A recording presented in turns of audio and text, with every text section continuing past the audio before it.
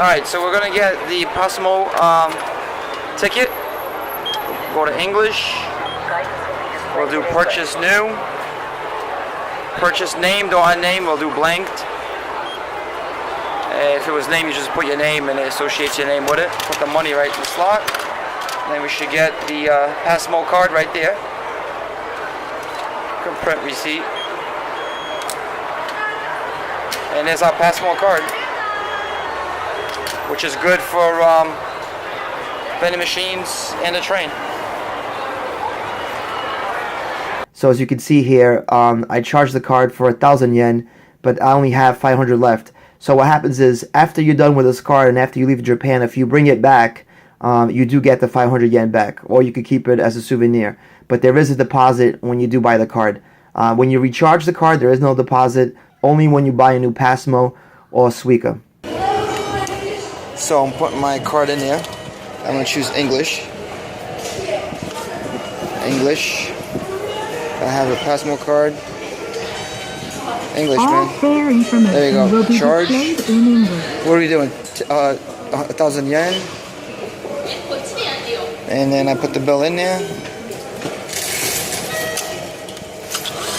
And then the card comes out already charged. So they have these storage lockers usually located around this train and bus stations. This is a convenient way if you checked out of the hotel and you still have plenty of time before your flight takes off, that you can put your luggage here.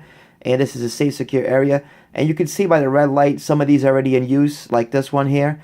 But there's usually plenty of available space. You could actually go ahead and put your luggage on here in a nice, safe, secure place. Please touch the applicable button following the instruction on the screen.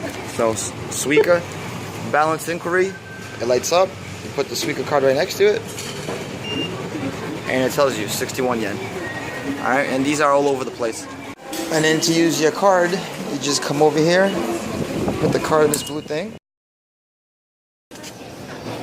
So convenience stores in Tokyo accept Pasmo and Suica to make purchases. Wherever you see this sticker that shows the Pasmo or Suica, that means they accepted, and you use your card just like you would a debit card. When you make a purchase, it does show you how much balance you have and how much the item was. One of the cool things about Pasmo Suica is you can use them for the buses as well, and on the buses you'll see the sign right here, and that means that they accepted. There's various buses that accept these cards. Some are local buses, some are overnight buses, and even the airport shuttles accept these cards. So you could buy a card at the airport and then use that to get on the bus to bring it to Tokyo. So if you use your Pasmo or Suica with the IC card reader, there's two things that can happen. It can either turn blue, which signifies that it's okay, or red, which signifies that you don't have enough money to do what you want to do.